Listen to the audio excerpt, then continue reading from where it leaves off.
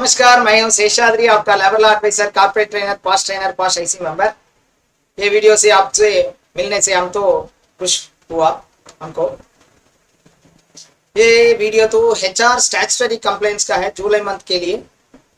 ये video HR statutory complaints के साथ साथ जो कुछ जजमेंट आया था उसके बारे में, और जो कुछ सर्कुलर आया या जून मंथ में उसके बारे में हम बताएंगे।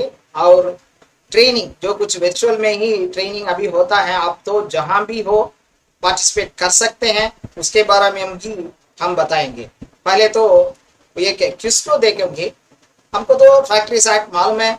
फैक्ट्रीज एक्ट में किसका रिस्पॉन्सिबिलिटी लीगली है, इंश्योरिंग वो हेल्थ वर्कर्स का हेल्थ सेफ्टी वेलफेयर इंश्योर करने के लिए फैक्ट्रीज एक्ट में किसका कानूनी में दिया है, क्यों कौन रिस्पॉन्सिबिलिटी है।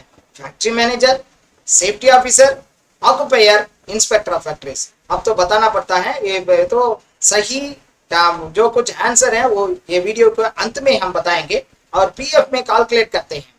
पीएफ कैलकुलेशन सेक्शन 6 में बताया है जो कुछ अलाउंसेस, जो कुछ कंपोनेंट्स को हम लेना है, जो कुछ कंपोनेंट्स को हम नहीं लेना है। इसमें किसको नहीं लेना है, basic, DA, HRA, retaining allowance किसको नहीं लेना है, इसके आंसर तो अंत में हम तो देखेंगे। और ये जुलाई मंथ का कंप्लेंट्स, स्टैट्यूटरी कंप्लेंट्स जो कुछ है, ईपीएफ का कंप्लेंट्स, ईपीएफ वेज मंथ जून के लिए हमको तो जुलाई 15 के पहले पे करना पड़ता है ईसीआर चालान को। और इंटरनेशनल वर्कर्स को रिटर्न भी ये 15 जुलाई 2025 के पहले करना है। ईएसआई लिया तो ईएसआई में भी जून मंथ का वेजेस जो कुछ दिया है उसका ईएसआई पे करना है हम तो 15 जुलाई 2020 के पहले। और of yearly returns, factory rules में तो ऑफ ईयरली रिटर्न्स का प्रोविजन है, लेकिन ये स्टेट्स तमिलनाडु, आंध्र प्रदेश, तेलंगाना, केरला, ये 4 स्टेट में भी हाफ ईयरली रिटर्न्स का वो प्रोविजन दिया है। और हाफ ईयरली रिटर्न्स फॉर्म 22 में ऑनलाइन में भरना पड़ता है, फाइल करना है ऑन आर बिफोर 31 जुलाई 2025। और कॉन्ट्रैक्टर को सीएलआरए एक्ट में, contract labour regulation and abolition act के नीचे कॉन्ट्रैक्टर तो हाफ ईयरली रिटर्न्स फाइल करना पड़ता है। ये भी certain states like Tamil Nadu, Andhra Pradesh, Telangana, Kerala और पांडिचेरी, ये स्टेट्स में होता है। ये स्टेट्स में 31 जुलाई 2025 के पहले वो ऑनलाइन में कॉन्ट्रैक्टर रिटर्न्स फाइल करता या नहीं। हम हमारा एचआर का क्या कर्तव्य है, सीएलआरए में कॉन्ट्रैक्टर फाइल करता या नहीं हमको देखना पड़ता है। और तमिलनाडु में एक पेक्यूलियर हाफ ईयरली रिटर्न्स है। ये अगला स्टेट्स में ऐसा तो नहीं है। आईटी एस्टैब्लिशमेंट जो कुछ है वो तो हाफ ईयरली रिटर्न्स भरना पड़ता है। फॉर्म वो Tamil Nadu shop and establishment act, form 8 Tamil Nadu payment of wages rules, form 12 minimum wages rules, form L maternity benefits rule, form 5 payment of gratuity rules. ये तो एक ही तमिलनाडु में होता है। और ये तो आईटीएस एस्टैब्लिशमेंट के लिए, केवल उनके लिए। और half yearly returns labour welfare fund का सर्टेन स्टेट्स में ओडिशा, वेस्ट बंगाल, गोवा, दिल्ली, मध्य प्रदेश और महाराष्ट्र में होता है, वो भी आप तो इंश्योर करना पड़ता है। और मंथली में आप प्रोफेशनल टैक्स पे कर रहे हैं तो वो भी हम करना पड़ता है। और ट्रेनिंग के बारे में हम तो डायरेक्ट ट्रेनिंग हुजूर में होता है। ये ट्रेनिंग तो तमिल में होगा। Master in statutory complaints, form, register, return reports, जो कुछ हम तो लेबर एक्ट्स में जो कुछ फॉर्म्स, रजिस्टर्स, रिटर्न्स हम तो पालन करना है, उसके बारे में कंप्लीट वर्कशॉप एक्टिविटी बेस्ड होगा। और विजुअल में जो आप जो भी जहां भी हो इसमें पार्टिसिपेट कर सकता है। वो तो कमिंग 20th जुलाई में आता है। मॉर्निंग 9 AM to 4 PM ये तो विजुअल वर्कशॉप होगा। और ब्रेक भी होगा 12 noon to 2 PM। ये वर्कशॉप में इस महीने में कंप्लेंट, स्टैट्यूटरी कंप्लेंट जो कुछ आप करना है, रिक्रूटमेंट करते हैं, एडवर्टाइजमेंट दे के और इंटरव्यू करते हैं, उस समय जो कुछ हम पालन करना है। और अपॉइंटमेंट में जो कुछ लीगल है थिंग्स है, और अपॉइंटमेंट लेटर बनाना है। वो अपॉइंटमेंट लेटर में जो कुछ क्लासेस ट्रांसफर देना है, रिटायरमेंट एज डालना है, ऐसा जो कुछ हमारा लॉस में लेबर एक्ट्स में है उसको पालन कर, जो उसके बारे में प्रोबेशन देने से क्या क्या हम देखना पड़ता है, कंफर्मेशन में क्या देखना है, और एम्प्लॉय सेपरेशन, एम्प्लॉय तो रिजिग्नेशन करता है, टर्मिनेशन करते हैं, उस समय हम किसको देखना, कैसा देखना है, लीगल कंप्लेंट्स कैसा करना है, उसके बारे में कंप्लीट वर्कशॉप हो तो 20 जुलाई होगा, वो तो वर्चुअल मोड में होगा, जहां भी हो आप पार्टिसिपेट कर सकते हैं। और तमिल में 27 को एक वर्कशॉप है स्टैंडिंग ऑर्डर्स और डोमेस्टिक इंक्वायरी की प्रोसेस में, इसको भी आप पालन ज्वाइन कर सकते हैं। और इंग्लिश में ESI and employee compensation act में इंग्लिश में होता है ये तो वर्कशॉप, इंग्लिश में ईएसआई का एप्लीकेबिलिटी, बेनिफिट और एम्प्लॉय कॉम्पनसेशन तो कैसे कैलकुलेट करना है, कैसा इंप्लीमेंटेशन करना है, उसके बारे में 2 आवर्स का वर्कशॉप है ये, फुल डे का नहीं है। ये वर्कशॉप के बारे में आप जो कुछ जानना पड़ता है तो दिनेश कुमार से आप बात कर सकते हैं, उनका नंबर भी दिया है इसमें। और सीपीआई पॉइंट्स तो उतना चेंज नहीं है, मई में 339 पॉइंट्स है। जजमेंट्स, अद्भुत जजमेंट्स आया है इस महीने में, जो कुछ जजमेंट्स हमको तो अच्छा ध्यान देगा। अपॉइंटमेंट क्लास में अपॉइंटमेंट लेटर बनाते हैं, उस लेटर में हम ऐसा क्लास डाल सकते हैं या नहीं, आप तो 3 साल इस कंपनी में काम करना है, नहीं तो 2 लाख आप पे करना पड़ता है, ऐसा क्लास हम अपॉइंटमेंट लेटर में डालना लीगली करेक्ट है या नहीं, सुप्रीम कोर्ट ने जजमेंट दिया है लीगली करेक्ट, आप तो डाल सकते हैं। और टर्मिनेशन ऑफ कॉन्ट्रैक्ट एम्प्लॉय, तो डायरेक्ट कॉन्ट्रैक्ट में हम लेते हैं, आपको तो 6 महीने का काम है और 1 महीने का काम है, ये प्रोजेक्ट जब कुछ अंत होता है उसके बाद समय में हम लेंगे, ऐसा कॉन्ट्रैक्ट में हम लिया तो एम्प्लॉइज को वो कॉन्ट्रैक्ट खत्म होने से उनको हम टर्मिनेट करते हैं, उनको तो कॉन्ट्रैक्ट हो गया, पूर्ति हो गया, अब तब वो टर्मिनेशन में नहीं आएगा, आईडी एक्ट में टर्मिनेशन में नहीं आएगा, 25 सेक्शन में नहीं आएगा, ऐसा हाई कोर्ट ऑफ दिल्ली बताया है। उस तो एम्प्लॉय तो परमानेंसी नहीं मांग सकते हैं। और परमानेंसी के बारे में और एक जजमेंट है राजस्थान हाई कोर्ट ने दिया है, एक बैंक में हुआ था, बैंक में डिफरेंट ब्रांचेस है, वो ब्रांचेस में वो एम्प्लॉय तो जाकर डेली वेजेस में काम करता है, वो काम करने से सभी ब्रांच को इकट्ठा करके वो तो क्लेम नहीं कर सकता है, ऐसा राजस्थान हाईकोर्ट ने दिया है। जो कुछ ब्रांच है उसे सेपरेट एस्टैब्लिशमेंट मानना पड़ता है, एक ही एस्टैब्लिशमेंट में नहीं लाना है।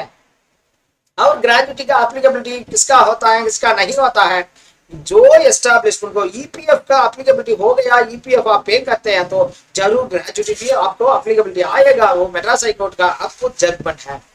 और वो तो आईडी एक्ट में ये तो ब्रेक हुआ है और वर्कमैन तो टर्मिनेशन हो गया है, उसके बाद जो कुछ हमको तो फिक्सियस ब्रेक दिया है, ऐसा आकर वो टर्मिनेट होने के बाद आकर नहीं मांग सकते हैं, नहीं आईडी एक्ट में वो केस तो फाइल नहीं कर सकता है, वो तो हिमाचल प्रदेश का हाईकोर्ट का जजमेंट है। और रिटायरमेंट एज जो कुछ आप अपॉइंटमेंट देते हैं उसमें जरूर रिटायरमेंट एज जरूर वो क्लास तो होना है, वो तो आपको तो मालूम है किसी भी एक्ट में रिटायरमेंट का एज नहीं बताया, वो तो आपका विषय, आप जो कुछ रिटायरमेंट एज डालना चाहिए वो इंप्लीमेंट कर सकता है। मॉडल स्टैंडिंग ऑर्डर में रिटायरमेंट एज बताया है, और मॉडल स्टैंडिंग ऑर्डर का रिटायरमेंट एज जब आपको आएगा जब आपको और एम्प्लॉय को जो कुछ एग्रीमेंट नहीं है, अवार्ड्स नहीं है, वो समय मॉडल स्टैंडिंग ऑर्डर का रिटायरमेंट एज आएगा, नहीं तो नहीं आएगा। वो तो इसलिए अपॉइंटमेंट लेटर में जरूर रिटायरमेंट का एज हम तो डालना है, ये बॉम्बे हाईकोर्ट का एक जजमेंट है। और इक्वल पे इक्वल वर्क, ये तो अद्भुत जजमेंट है, जब इस केस में जो कुछ कंडक्टर था वो उसके बाद उनको क्लर्क का काम दे दिया, वो जो जॉब डिस्क्रिप्शन चेंज हो गया, जब जॉब डिस्क्रिप्शन चेंज हो गया वो कंडक्टर का वेज नहीं देना है, वो क्लर्क का वेज तो हम देखना पड़ता है, जो कुछ क्लास ऑफ वो इक्वल पे इक्वल वर्क, वो तो जब कुछ वर्क करता है वो वर्क के लिए पे देना है, कंडक्टर का वर्क क्लर्क वर्क में नहीं देना है, ऐसा में तो मद्रास हाईकोर्ट का अद्भुत जजमेंट है। और एक मद्रास हाईकोर्ट का अद्भुत जजमेंट फैक्ट्री का डेफिनेशन, जब ये केस में तो ये ग्रासरी सेलिंग करता है, ई कॉमर्स में सेलिंग करता है, ई कॉमर्स में ग्रासरी को सेलिंग करने से वो फैक्ट्री का डेफिनेशन में आएगा या नहीं, मद्रास हाई कोर्ट ने अद्भुत जजमेंट दिया है, ये फैक्ट्री में नहीं आएगा। आपको तो मालूम है अमेजन है, अमेजन कैसा सेल करता है, वो तो जो कुछ खरीदता है वो सब सेल करता है, वो तो क्या ई कॉमर्स इंडस्ट्री है, वो तो फैक्ट्री डेफिनेशन में नहीं आएगा। ये तो आपको जजमेंट मद्रास हाई कोर्ट से और पॉश का एक जजमेंट आया है, जब फीमेल एम्प्लॉय महिलाएं कंप्लेन करते हैं, वो 3 महीने के पहले वो तो कंप्लेंट लाना है, वो नहीं लाया, लेना है या नहीं सेक्सुअल हरासमेंट, ये मद्रास हाई कोर्ट का जजमेंट जरूर लेना है, क्योंकि ये 3 महीने के पहले कंप्लेंट देने को जो कुछ स्टॉप किया है उसको तो मालूम है, तो जरूर लेना पड़ता है। मद्रास हाई कोर्ट का अद्भुत जजमेंट है। और जो कुछ नोटिफिकेशन है, ईएलआई स्कीम आया है अभी तो, employment linked insurance incentive scheme, वो इंसेंटिव्स के बारे में सेपरेट वीडियो बनाया है, तमिल इंग्लिश हिंदी में हो वीडियो है, ये चैनल में आप देख सकते हैं। इसमें तो 2 स्कीम है, स्कीम में तो जो कुछ एम्प्लॉय को मिलता है इंसेंटिव, स्कीम भी तो एम्प्लॉयर को, हमारा ओनर्स को मिलता है। आप जो कुछ कंडीशन है वो इंसेंटिव लेने के लिए आप जरूर ये वीडियो देखिए, और आपको तो अच्छी तरह वो समझ सकते हैं। में एचआर का क्या काम है, ये इम्प्लीमेंटेशन में जो कुछ न्यू एम्प्लॉय आता है, नया एम्प्लॉय, तो आधार को देखकर एम्प्लॉय एनरोल करना है, और जो कुछ एम्प्लॉय एनरोल हुआ उनका यूएएन नंबर को एक्टिवेट करना है। यूएएन नंबर तो एक्टिवेट करने के लिए भी वीडियो बनाया है, वीडियो आपको तो आपका एम्प्लॉय को शेयर करने से वो जरूर अच्छी तरह कर देगा। वो तो यूएएन एक्टिवेट करना है, और एक बैंक अकाउंट आधार से लिंक्ड बैंक अकाउंट है या नहीं इंश्योर करना है। ये तो हमारा तो हम तो हेल्प करते हैं वो एम्प्लॉय को इंसेंटिव मिलाने के लिए, आप तो जरूर करेंगे। और इसके बारे में जो कुछ आपका डाउट है तो ये कमेंट बॉक्स में भी डाल सकते हैं, जरूर हमको बताएंगे, हम तो आपको बताएंगे। और ईपीएफ से एफओ से अपडेट है, पेरोल डेटा दिया है अप्रैल 2025 का पेरोल डेटा, इसके देखकर 19.14 लाख मेंबर्स ऐड किया है वो एक ही महीने में, इतना लोग काम में आते हैं। और फर्स्ट टाइम एम्प्लॉइज महिलाएं देखें तो 2.45 लाख महिलाओं को अप्रैल में आया है काम में, इतना लोग को काम मिल रहा है। और ईपीएफओ का अगला इनिशिएटिव आपको तो मालूम है, ऑटो सेटलमेंट। पहले तो 1 लाख तक ऑटो सेटलमेंट हुआ, एडवांस हम ऑनलाइन में अप्लाई किया तो वो ऑटोमेटिकली एडवांस तो सैंक्शन हो जाएगा। ऐसा 1 लाख तो अभी 5 लाख तक हम ऑटो सेटलमेंट में ले सकता है। ये ऑटो सेटलमेंट में लास्ट 2.5 मंथ्स में जो कुछ 76.52 लाख क्लेम वो तो सेटल कर दिया, ये तो 70% का आपका वो ईपीएफओ का काम है। ऐसा देखें तो ऑटोमेटिकली जो सब कुछ होता है, इसलिए हमको तो अच्छी तरह इजीली वो तो एडवांस वगैरह मिलता है। ईएसआई से एक अपडेट है, ईएसआई में भी जो कुछ एनरोलमेंट देखें तो अच्छी तरह है। 2014 में 1.95 करोड़ एम्प्लॉय आईपीएस था इंश्योर्ड पर्सन, अभी तो 4.09 बन गया, इतना बढ़ा गया वो 10 साल से। और देखिए ईएसआई का हॉस्पिटल्स को, हॉस्पिटल भी 151 हॉस्पिटल से 166 हॉस्पिटल ईएसआई हॉस्पिटल है अभी, और डिस्पेंसरी भी बढ़ गया 1418 से 1590 हॉस्पिटल्स अभी तो हैं ये इंडिया में। और एमबीबीएस सीट देखे तो वो सीट भी अधिक हो गया, 600 सीट से 1025 सीट्स आ गया। और ईएसआई में एक अद्भुत स्कीम आया है, फ्री स्कीम।